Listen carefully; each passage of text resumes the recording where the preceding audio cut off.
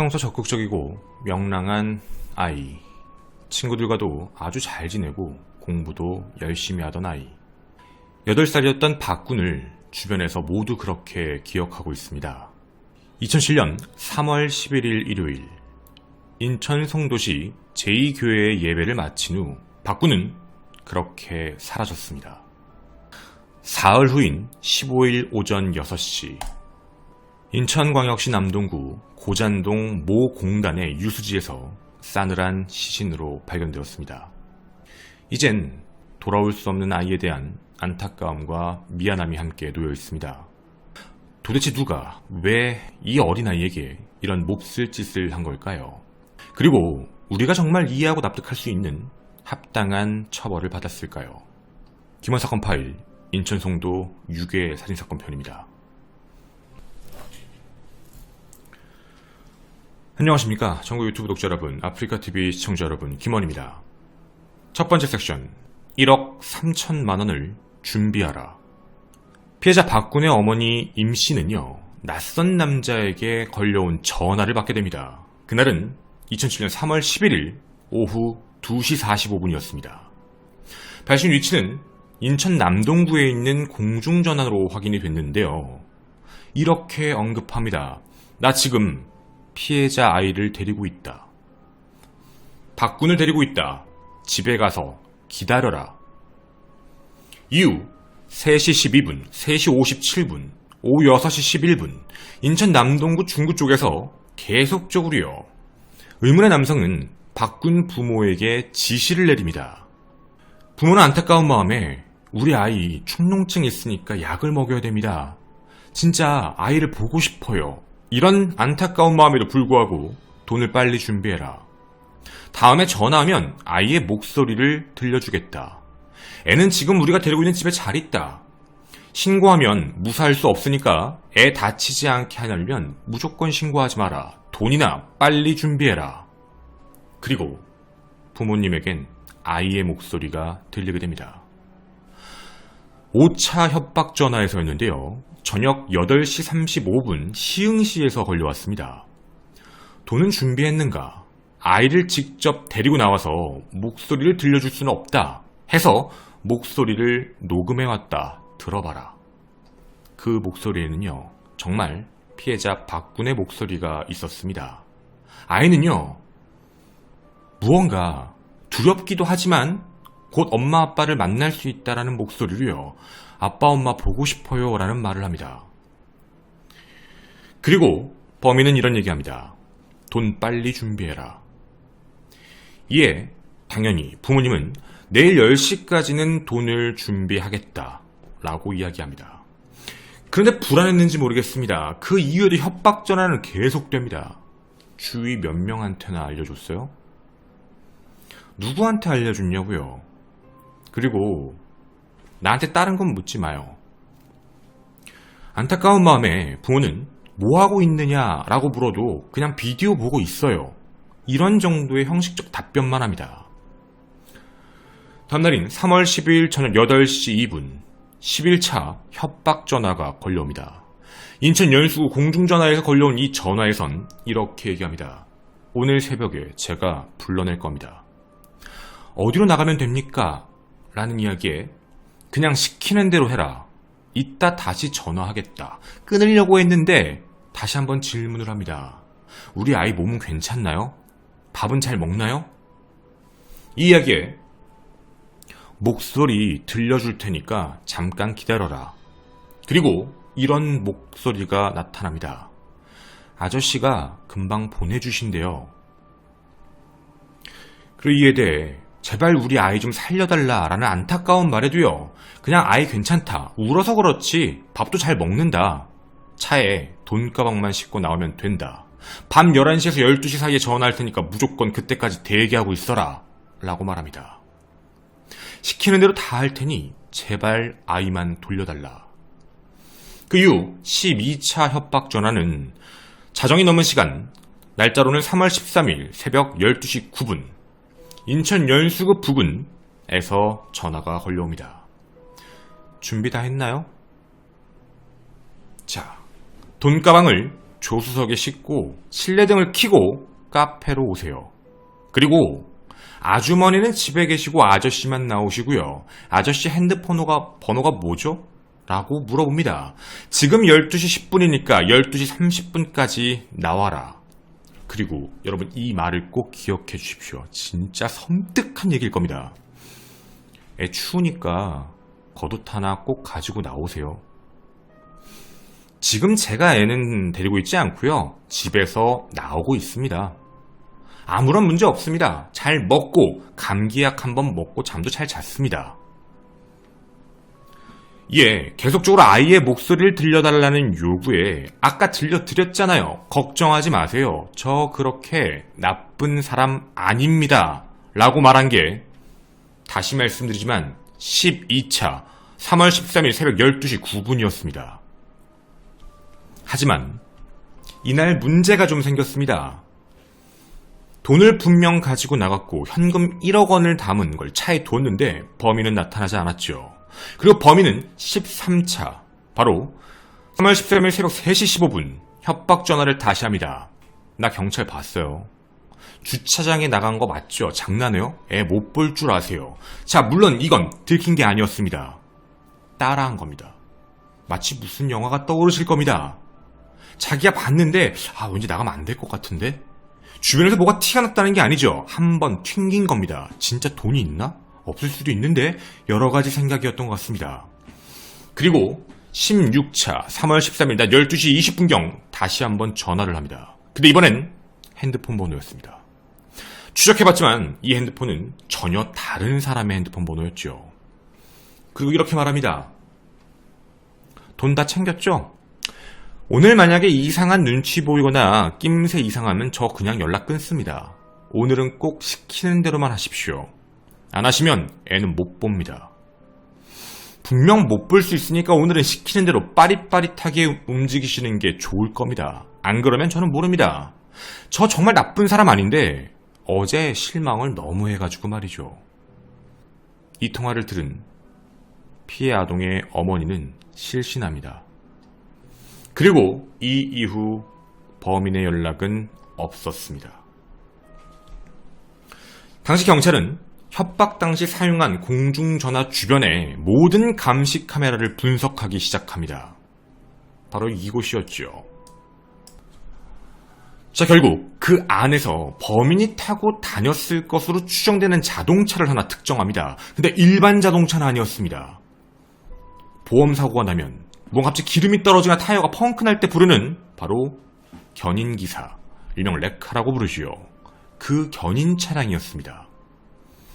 해서 경찰은 사건 발생 다음 날인 2007년 3월 12일 낮 12시 19분 협박 전화를 하고 나오는 모습의 CCTV부터 그리고 어느 집으로 들어가는 견인차의 CCTV까지 그 사람이 대충 누군지를 확인하게 됩니다. 해서 탐문 수사 끝에 3월 14일 오후 2시 30분 자신의 차량 안에서 잠을 자던 28세 이름은 이모씨, 정확한 이름은 이상훈입니다.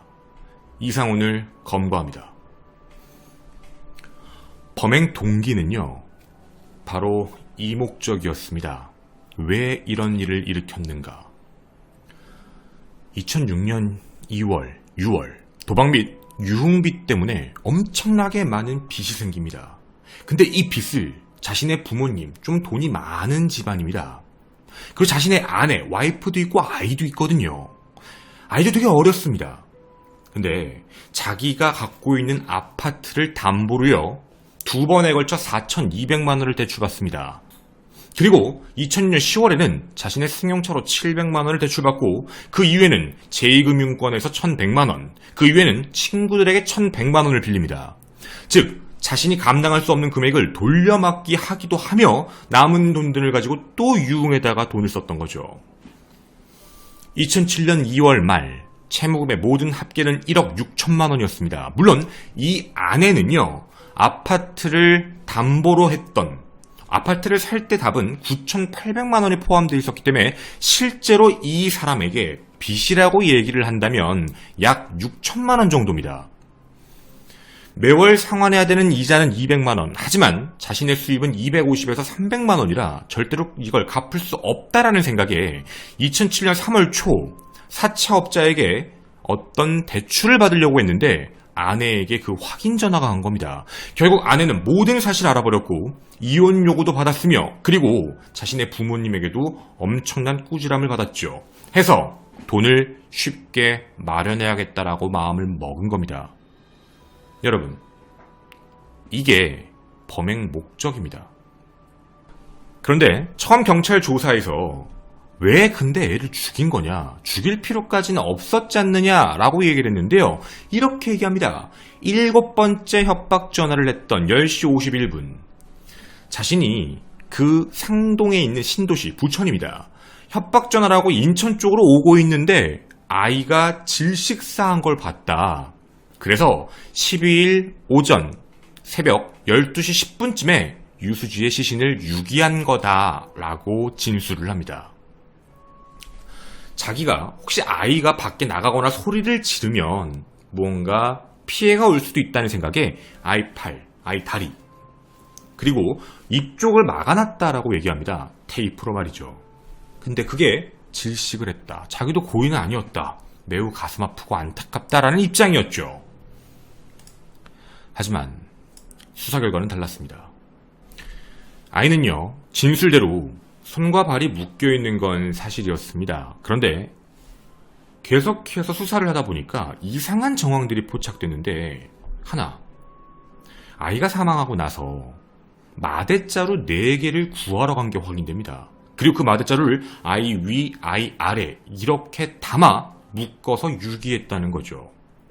무언가를 미리 준비했다라는 점 때문에 당황해서 아이가 이렇게 됐다라고 말하는 건 아닌 것 같다 라는 생각이었습니다. 그런데 부검 결과가 나타나게 됩니다. 2007년 3월 16일 국가수는 이렇게 표현합니다. 박군의 입에서 거품이 발견됐다. 즉, 범인이 진술하고 있는 질식이다 라고 얘기하고 있는데 그게 아니라 이건 익사다. 즉, 아이가 살아있는데 포대로 묶어서 유수지에 집어 던진 거다 라는 결론입니다. 이런 증거들이 나타나자 그제서야 이상우는 자신의 이야기에 자백을 하기 시작합니다. 너 그때 어떤 일이 있었느냐라는 이야기에 이렇게 답을 합니다. 자기는 어떤 아이들, 여기가 좀 잘 사는 동네다 보니까 납치해서 돈을 얻어야 되겠다는 생각에 9일에서 11일 사이에 아이들 몇 명에게 말을 걸어봤습니다. 근데 4-5명 정도가 내 차에 타지 않았는데 박군은 내 차에 탔습니다. 당일 박군이 이 차에 타게 된 경위가 있었습니다. 박군은 교회가 끝나고 나서 어떤 아저씨가 자기한테 와, 혹시 S고교가 어디야? 라는 물음에 고등학교 저쪽이에요. 평상시 굉장히 똑똑한 아이였죠. 근데 아저씨가 잘 모른다라고 하자 그럼 내 차에 타서 알려줄래? 라는 얘기를 순수하게 알겠습니다 하고 함께 탔던 겁니다. 그리고 그날 2시 30분까지 운전하며 협박, 그리고 어떤 감금이죠. 부모님의 직업, 이름, 전화번호를 아이를 통해 알아냅니다. 그 이후 아이는 나 빨리 누나 있는 교회로 다시 가야 돼요 라는 얘기를 했을 때 험한 인상을 하고 조용히 해 라고 말을 하며 좀 더 강하게 결박한 뒤 그 견인차 뒤에 아이를 눕혀놓습니다.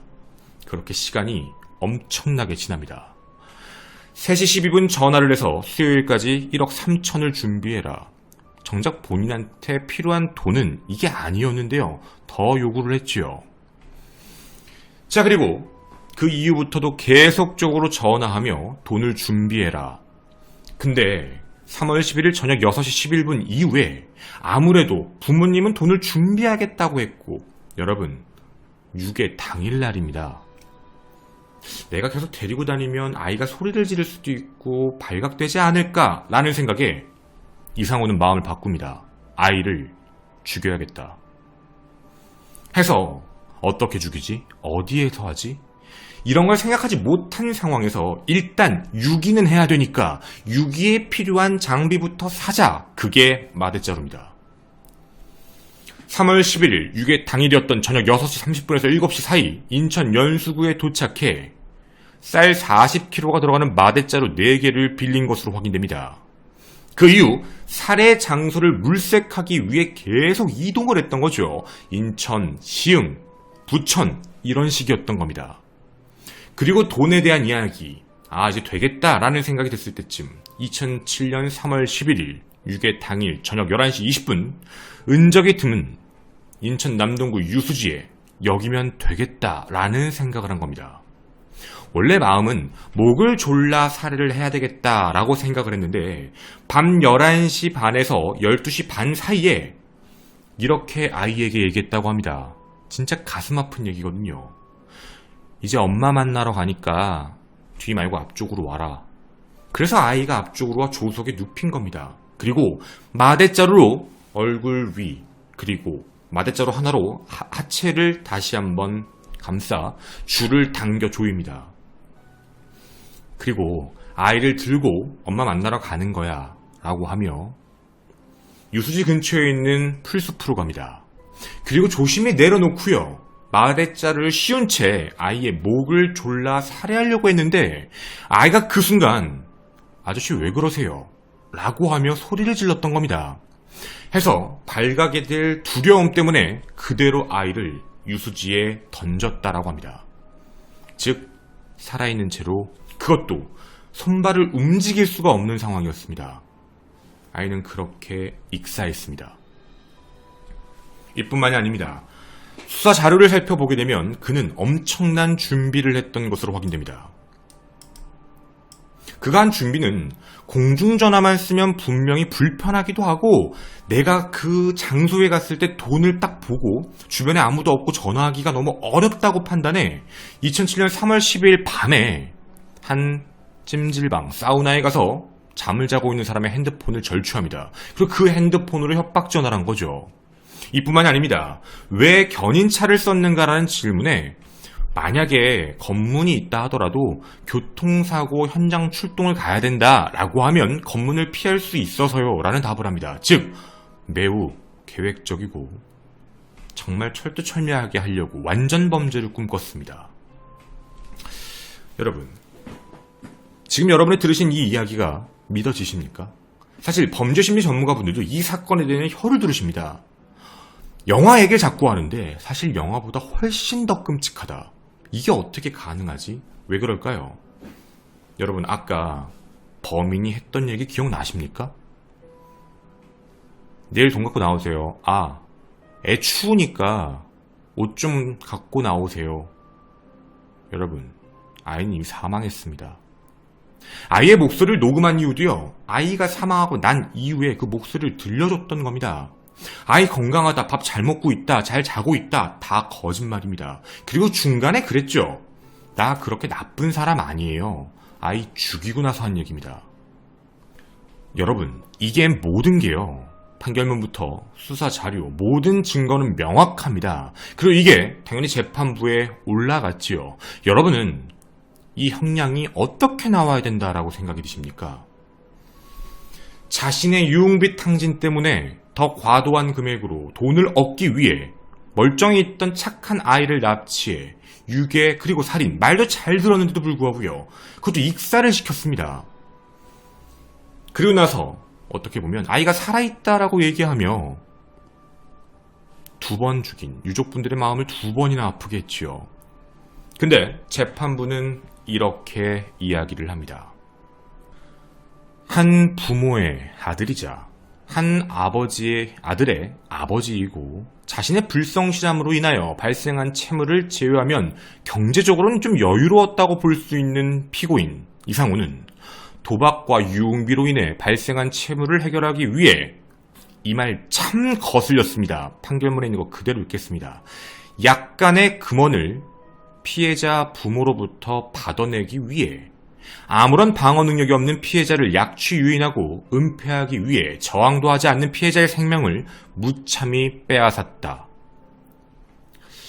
전 이 말이 왜 그랬냐면 약간의 금원을 받아내기 위해 2007년 당시에 1억 3천만 원이라는 돈이 정말 적은 돈이었을까요? 그러면 이 말이라면 범인은 그 얼마 안 되는 돈 때문에 사람을 죽였다는 얘기가 됩니다. 왜 이런 판단을 했을진 정말 모르겠습니다. 근데 어쨌든 이 내용에서는 넌 참 나쁜 범행을 한 거야.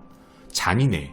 결과도 사회적으로도 막 이런 얘기를 했죠. 근데 모든 판결문 그 다음에 나오는 가장 안 좋은 이야기. 그러나 검사가 구형한 사형은 인간의 생명 자체를 영원히 박탈하는 냉엄한 궁극의 형벌로서 문명국가의 이성적인 사법제도가 상정할 수 있는 극히 예외적인 형벌이라는 점을 감안할 때 늘상 나오는 대법원 판결에 대한 이야기입니다. 그리고 이렇게 이야기합니다. 사형 선고는 범행에 대한 책임의 정도와 그리고 당시에 있었던 상황, 목적에 비추어 그것이 정당화될 수 있는 특별한 사정이 있다고 누구라도 인정할 만한 객관적 사정이 분명히 있는 경우에만 허용되어야 한다. 왜 이게 사형이 아니었을까? 근데 이 이유를 찾아줬습니다. 이 사건 범행 이전에는 폭행 포함 벌금 3회인 전과, 그 외에는 전과 전력이 없고, 여러분 이거 피고인 이상훈이 사형을 받지 않아도 되는 이유입니다. 다시 한번 오해하지 마십시오, 여러분. 너 나빴어를 얘기하는 게 아니고요. 사형이 나오지 않는 이유입니다. 별다른 범죄 전력이 없다.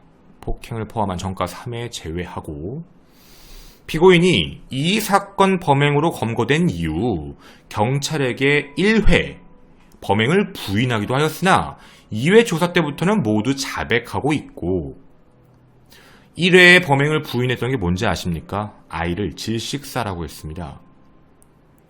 근데 증거가 나왔지요. 국가수의 부검 결과. 그래서 자백했습니다. 이게 자기가 뉘우쳐서 한 자백일까요? 근데 이걸 되게 좋게 봐줍니다. 이 법정에 이르러서는 자신의 잘못을 뉘우치는 듯한 태도를 보이면서 사망한 피해자 박군과 유족에게 용서를 구하고 있다는 점, 이게 뭔지를 알아봤습니다. 40회에 이르는 반성문이 제출됐고요. 그리고 유족들이 손해배상 청구를 했습니다. 2억 4천만 원이었는데 유족들이 승소했습니다. 왜냐면 이상훈은 이에 대해 방어를 하지 않았습니다. 방어할 재산이 없었고요. 방어할 이유도 없었죠. 근데 이걸 되게 좋게 봤습니다. 그리고 이상훈은 다른 짓을 합니다. 유족들이 합의하기가 조금 힘들다. 공탁금 3천만 원. 이걸 재판부는 합의할 의사가 충분히 있었다라고 바라본 거죠. 공탁 3천만 원입니다. 8살 아이를 익사를 시켰는데요. 그리고 이 뒤에 나오는 내용도 참 기가 막힙니다. 그런데 이 부분은 여러분, 다시 말씀드리지만 특정 종교를 절대 비하하시면 안 됩니다. 이 상황이 답답한 거죠. 이걸 인용해준 재판부의 말입니다. 피고인 이상훈이 다니는 교회, 목사 등이 피고인에게 다시 한 번 더 기회를 줄 것을 탄원하고 있는 점, 이런 점들을 참작하여 만 28세 젊은 나이인 이상훈에게 아직도 교화의 개선 여지가 남아있다라고 보이므로, 이게 보인다는 조건입니다. 피고인을 극형에 처하여 참여할 기회를 주지 않거나 참여한 상태에서 피고인의 생명을 박탈하는 것보다는 피고인으로 하여금 향후 기간을 정함 없이 사회로부터 격리된 상태로 수감 생활을 통해 자신의 잘못을 진정으로 참여하고 남은 인생을 이 사건 범행으로 소중한 생명을 잃은 피해자 박군과 유족에게 참여하며 살아라 라고 판단합니다.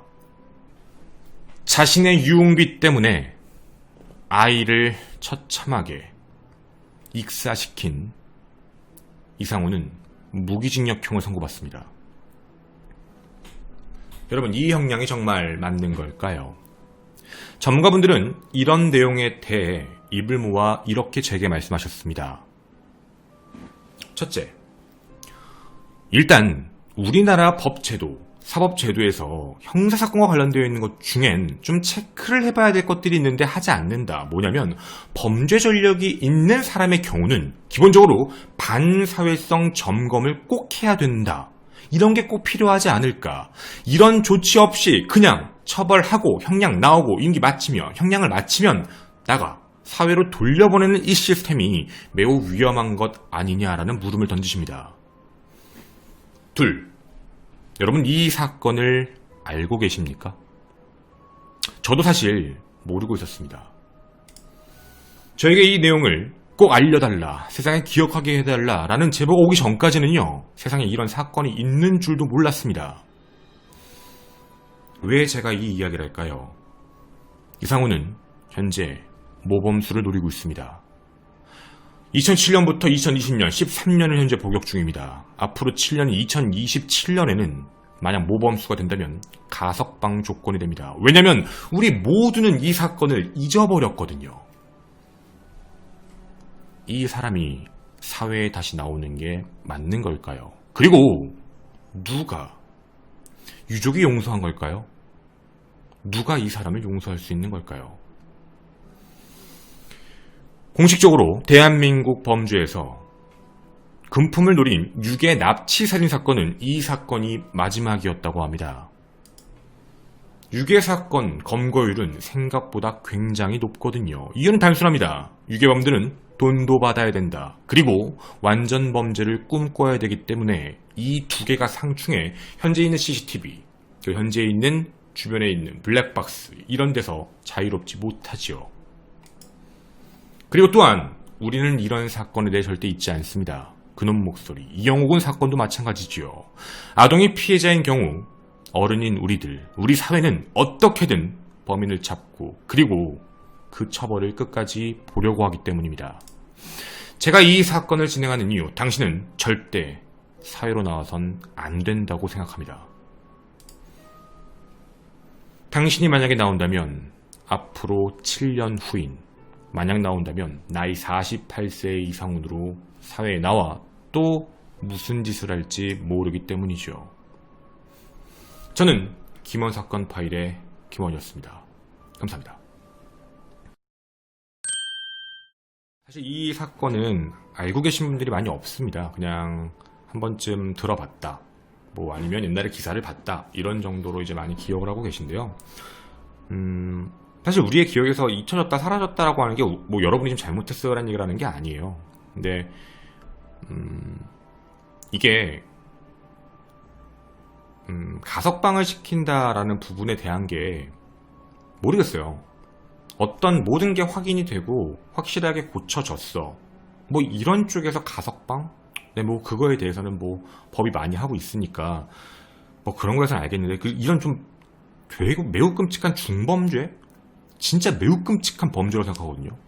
근데 이런 중범죄군에 대해서 왜 가석방을 하게 되는지는 정말 모르겠어요. 물론 아직 발생된 일은 아니에요. 근데 이거에 왜, 뭐 저는 소시민이지만 왜 걱정하고 고민하냐면, 이 사건은 나중에 사람들에게 잊혀질 거고, 그리고 아무렇지 않게 누구에게도 주목받지 않고 쉬쉬하다가 나올 거고, 우리도 모르는 사이에 나올 거거든요. 근데 이에 대해서 에이 설마, 아니에요. 우리는 사건에서 너무 많이 다뤘어요. 나와서 또 범행을 저지르는 사람들도 있고, 이거에 대해서 확실하게, 저는 그렇게 생각해요. 제 소시민적인 생각인데, 법을 판단했을 때 사회의 교화가 됐다라고 판단해서 내보낼 용기가 있는 거라면 그거에 대해 책임을 다할 사람들도 그쪽 사람들이라고 생각해요. 대신 그들이 나와서 다시 범행을 저지른다면 그들은 책임을 져야 돼요. 왜 그것에 대해 승인을 내린 사람들은 책임을 지지 않을까라는 생각이에요. 누구도 동의하지 않았고 누구도 인정하지 않았는데 자기들이 판단했을 때 넌 이제 모범수니까 나가도 돼, 그걸 왜 그렇게 쉽게 결정하냐라는 생각이에요. 그거에서 사인을 하고 그거에 대해서 승인해주고 그거에 대해서 용인했던 모든 사람들은 전부 다 무조건 책임을 져서 이 가석방 제도라는 것도 굉장히 생각을 많이 하고 정말 신중하게 여러 가지 목을 확인하고 그랬을 때 교화가 됐을 가능성이 높다라고 판단한다면 그나마 좀 낫다라고 생각하지 않을까라는 것이죠. 근데 제가 이 사건을 처음 듣고, 그러니까 요즘에 이제 여러분들 덕분에 많은 내용들을 알게 되고 많은 사건들에 대한 제보를 받으면서 방송 준비를 하면서 많이 느끼는 건데, 진짜 알려지지 않은 사건들이 매우 많아요. 정말 우리가 몰라서 그렇지 너무나도 끔찍하고 잔혹스러운데도 불구하고 어디에도 나오지 않았죠. 2007년 사건이었습니다. 근데 뭐 당연히 신원 공개요 그런 것도 없어요. 얼굴도 확인할 수도 없습니다. 저희 정보선에서는 얼굴도 모르고요. 그냥 이름이 당신 나이 28세 이름 이상훈이다. 이게 저한테는 다예요. 그 이상 알 수 있는 것도 없고요. 자세한 내용들 정도, 사건이 어떻게 됐는지, 판결이 어떻게 됐는지 정도가 다예요. 얘가 나중에 나오면 어떻게 될까? 나와서 아무렇지 않게 살 수도 있잖아. 물론 그럴 수 있죠. 근데 우리가 많은 불안함을 느끼는 이유는 재범이 발생하거나, 그리고 그거에 대해서 재범이 발생했을 때 그 누구도 책임지지 않는다라는 문제예요. 너무 쉬쉬해버리니까. 그리고 사실 여러분이 보신 이 성도 유괴살인 사건은 왜 외부에 방송이 많이 안 됐냐면 경찰 쪽에서 굉장히 예민해요. 이 사건이 왜 예민할 수밖에 없냐면 경찰이 약간 속된 이유로 병크라고 하죠. 이때 당시에 좀 문제가 있었어요. 경찰 쪽에서 그 신고 전화를 받은 시점이 있거든요. 신고를 바로 했어요. 그 피해자인 그 분께서 바로 이제 연락을 하고 바로 전화 피드백을 확인을 했던 거지, 쉽게 얘기하면. 근데 그렇게 체크가 된 상황이었는데 시간적으로 봐도 제가 알기로는 거의 곧바로였었어요. 그러니까 뭐라고 하면 좋을까? 이거는 제가 이제 정확하게 얘기를 드려야 되니까 사건 정보에 있었던 걸로 해드릴게요. 내용이 진짜 많아서. 이 부분은 잘라주시면 돼요, 편집님. 중간중간에 있는 내용들은. 이거는 이제 방송에서 말하지 못하는 내용들인 건데, 이게 진짜 참 답답하죠. 잠깐만요.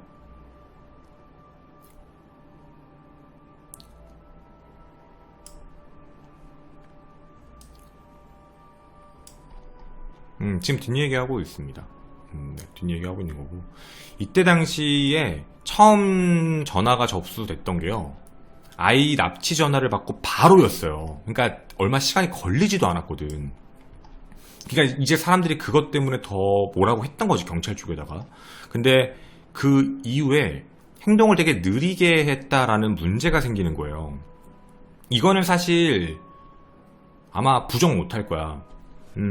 이쪽에 있다. 이거 내용 너무 많아가지고 제가 지금 파일만 이게 5개였거든요. 뭐냐, 이게 뭐였냐면, 당시 협박 전화가 왔을 때 아까 보셨지만 인천 연수구 다 근처였어요. 다 주변부였거든요. 그래서 원래 경찰이 당일 아이가 납치됐다는 얘기를 듣고 바로 수사를 시작을 했었어야 되는데 경찰이 발신자 번호 추적기가 없었어. 그 기계를 구하는데도 오래 걸렸고요. 그래서 사실 이게 저희가 녹취록을 확인해 봤는데 앞쪽 녹취록이 없어요. 1차부터 4차까지 경찰이 준비가 안 됐어요. 그러니까 이게 언제쯤이었냐면 저녁 8시 29분 5번째 협박 전화부터 이제 감청 도청이 시작된 거예요. 감청 시작이 그때예요. 그러니까 이미 3시쯤 돼가지고 이미 신고 전화가 들어갔는데 그 사이에도 전화가 올 때 연수구 근처고 이거 분명히 할 수 있는 상황이었는데, 경찰 쪽 말로는 뭐 자기들이 뭐 통신회사에서 협조도 요청하고 했는데 뭐 안 됐다, 뭐가 늦었다는 게 나중에 다 거짓말로 밝혀졌거든요. 그쪽은 바로바로 했는데 이쪽이 매우 늦게 시작을 했었어요. 그리고 처음에는 그 인천 송도 쪽에 있는 7개 지구에 있는 형사들을 투입해가지고 뭐 수사를 시작했다라고 했는데 이것도 거짓말이었어요. 당시에 처음 이 사건 접수하고 56명이었나? 이 정도만 시작됐었어요. 근데 당연히 자기들 말로는 모든 공중전화에 다 가서 뭐 전화할 수, 왜냐면 그 근처에서 하니까 잡아내야지, 이러고 이게 아닌 거야. 그걸 못했어요. 그리고 그거에 대해서 핑계를 댔어. 이게 진짜 사람 야마도르게 했던 얘기인데 그때 난리 났던 얘기예요. 그때 뭐라 그랬냐면, 사건 발생이 일요일에 발생해 초동 단계에서 대규모로 일제 검문 검색을 하지 못했습니다. 그러니까 쉽게 얘기하면 일요일이어가지고 못했단 얘기야. 그러니까 일요일날 유괴 사건은 처리를 못합니다, 뭐 이런 식의 발언처럼 들렸던 거예요. 그날 일요일이었거든요. 그래서 이게 전화가 진짜 빨랐거든. 전화 자체는. 협박 전화가 2시 51분쯤 왔고 경찰에 신고는 2시 57분이었어요. 그러니까 부모님은 바로 한 거야. 곧바로. 그래서 이때 이거 난리 났거든. 그리고 그거 수습하려고 거짓말하고 막 이래가지고, 그러니까 진짜 난리 났던 거죠. 아니, 협박 전화가 들어왔다고 됐는데도 불구하고. 그래서 진짜 난리 났었어요, 이 사건. 그러니까 초동 수사를 너무 실패한 거 아니냐, 이게 뭐냐. 그리고 빨리, 그리고 얘가 진짜 웃긴 게 뭐냐면, 여러분도 이거 보시면 아시겠지만, 아, 여긴 안 나오는구나.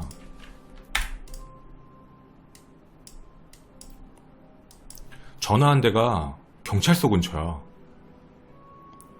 연수경찰서 보이죠? 경찰서 앞에서도 협박 전화를 했어. 계속 16차례나 협박 전화를 했거든. 근데 진짜 병크짓을 한 게 뭐냐면 12일날, 그때도 사실 늦었지. 아이는 사망했으니까. 원래 유괴 사건이 24시간이 골든타임이라는 얘기를 되게 많이 하잖아요. 왜냐면 아이를 데리고 있기가 힘들어서 그런 거예요. 그 유괴했던 애들은. 근데 24시간이 이제 골든타임이다라고 얘기를 하는데도 일단 골든타임 중에 신고 전화를 받고 거의 5시간에서 6시간을 날렸어요. 24시간 중. 어떻게든 찾았어야 되거든. 계속 협박 전화를 했기 때문에 잡아냈었어야 되는데 그 다음날 CCTV가 확인됐죠. 근데 이게 왜 엿같았냐면 봐봐. 12일날 확인했잖아. 그럼 바로 잡아야 되잖아. 왜 못 잡았냐면 견인기사 탐문을 시작해. 웃긴 게 뭐냐면 이때 당시에 연수가 송도죠. 송도에 견인기사가 10명밖에 없어. 10대밖에 없었어. 차가. 자동차가. 바로 가서 잡아도 되거든요. 그리고 CCTV 같은 거 이미 확인됐기 때문에 무조건 잡을 수 있었던 상황인데도 협박 전화를 계속하게 해서 시간이 며칠 더 지난 거예요. 그래서 14일날 해서 돼서야 잡은 거야. 시간이 더 지나서. 그러니까 이게 진짜 이상할 정도로 병크짓을 한 거예요. 왜 저렇게 했지? 왜 자꾸 이상하게 했지? 왜 자꾸 딜레이 걸렸지? 이런 느낌? 그래서 좀 많이 잔인하죠. 진짜로. 되게 잔혹스러웠고 내용 자체도 그렇고. 그러니까 저도 이제 당시에 있었던 협박 전화와 관련되어 있는 이제 녹취 그리고 그거에 적혀 있는 내용들을 봤는데 이 당시에 그놈 목소리라는 영화 모방범죄 아니냐. 왜냐면 그때 당시에 개봉했어요. 그래서 그거 보고 똑같이 따라한 거 아니냐. 이런 이야기도 그때 되게 많이 나왔고 하는 행동 자체가 그랬으니까. 그래서 매우 잔인한 사건이었죠. 그래서 되게 안타까운 내용이었어요. 매우 안타깝고 가슴 아픈 내용이었는데 우리가 잊고 있다라는 것도 하면 안 될 것 같아서 어쨌든 공식적으로는 금품을 목적으로 한 유괴납치 살인 사건의 마지막 사건이었기 때문에 나오면 안 되죠. 그리고 이제 우리가 이번에 이영호 군 사건도 잊으면 안 되고 다른 이제 그 유괴납치 사건 그 전에 되게 많았잖아요. 이 시기에도 또 있었거든 다른데. 그래서 그런 내용에 대해서도 함께 말씀을 드린 거고 분명히 잡혀요. 지금은 그런 뭐 말도 안 되는 생각 안 했으면 좋겠고 무조건 지금은 잡으니까. 그래서 뭐 여러 가지 좀 전달할 만한 내용까지 해서 여러분에게 가지고 왔습니다. 뒷이야기예요. 이거 범죄심리 전문가분이 해줬던 얘기인데 진짜 이 새끼가 개새끼인 이유가 뭐냐면 여러분 이때가 2007년 3월이잖아. 추우니까 애 옷 좀 준비해서 오세요. 이거 왜 개새끼죠? 애 추운 데 있다고. 애 지금 얼음장처럼 차가운 물 속에 있는 거잖아. 그래서 진짜 얘는 사람 아니라고. 얘는 진짜 이상해. 얘 진짜 죄송해요. 욕해서 이게 개새끼라고요. 진짜로.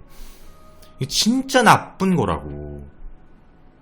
근데 그런 나쁜 말, 저 나쁜 사람 아니에요. 너한테 나쁜이란 말이 어울리지 않지. 미친 새끼니까. 그러니까 이게 진짜 그런 문제인 거예요. 정말로. 저도 그러니까 그래서 범죄심리 전문가분들은 저도 뒷이야기에서 하는 얘기지만 이 사건 진짜 끔찍하다는 게 그 행동 패턴을 분석해보면 얘는 진짜 잔인한 새끼라고. 진짜로. 얘는 나오면 안 되는데 왜 저러는지가 판결문이 진짜 이해 안 가는 거죠. 어떻게 보면.